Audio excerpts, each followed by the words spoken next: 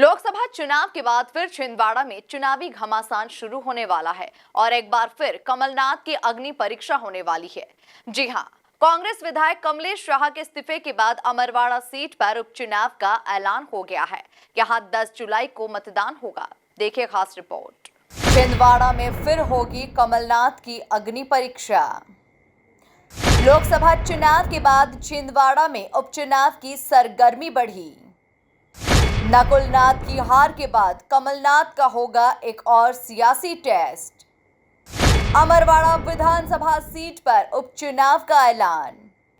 देश भर में लोकसभा चुनाव अभी खत्म ही हुए थे कि चुनाव आयोग ने मध्य प्रदेश में उपचुनाव की तारीखों का ऐलान कर दिया है। छिंदवाड़ा जिले के अमरवाड़ा विधानसभा सीट से कांग्रेस विधायक के इस्तीफे देने के बाद अब नए चुनाव होंगे, जिसे लेकर चुनाव आयोग ने पत्र जारी कर दिया है। चुनाव आयोग के अनुसार 14 जून को चुनाव की नोटिफिकेशन जारी कर दी जाएगी और इसके बाद 21 तारीख से नामांकन फॉर्म भरे जाएंगे। वहीं नामांकन फॉर्म भरने की अंतिम तारीख 21 जून होगी। बात करें नामांकन फॉर्म वापस लेने की तो 26 तारीख तक प्रत्याशी नामांकन फॉर्म वापस ले सकते हैं। इसी के साथ ही 10 जुलाई को मतदान कराया जाएगा, जिसका परिणाम 15 जुलाई को जनता के सामने आएगा।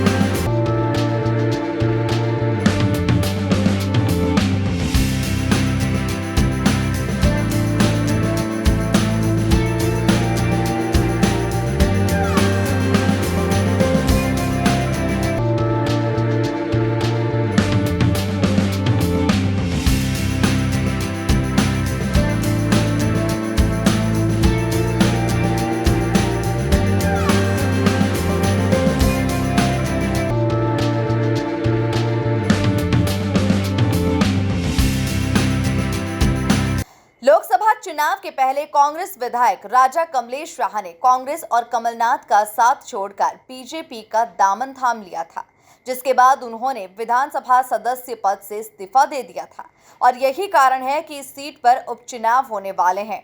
और ऐसे में एक बार फिर कमलनाथ के गढ़ छिंदवाड़ा में सियासी घमासान देखने को मिलेगा, यानी अमरवाड़ा सीट पर एक बार फिर से कमलनाथ की अग्नि परीक्षा शुरू होगी। लोकसभा चुनाव में नकुलनाथ की हार के बाद कमलनाथ के सियासी कद पर सवाल उठने लगे हैं।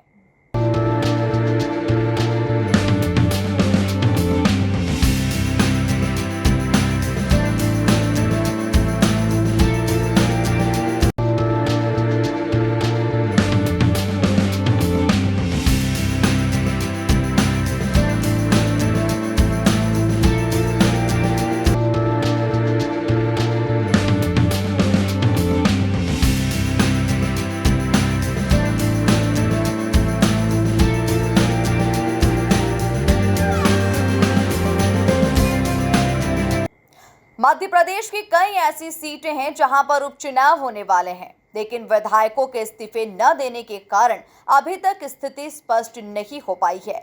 पूर्व मुख्यमंत्री शिवराज सिंह चौहान के केंद्र में मंत्री बनने के बाद बुधनी विधानसभा सीट भी रिक्त होने वाली है।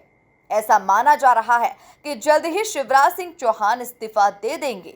वहीं बिना विधायक निर्मला सप्रे और विजयगढ़ विधायक रामनिवास रावत ने दल बदल के बाद अब तक इस्तीफा नहीं दिया और यही कारण है कि इन विधानसभा सीटों पर अब तक उपचुनाव की घोषणा नहीं की गई है। Bureau report, MP news, Bhopal.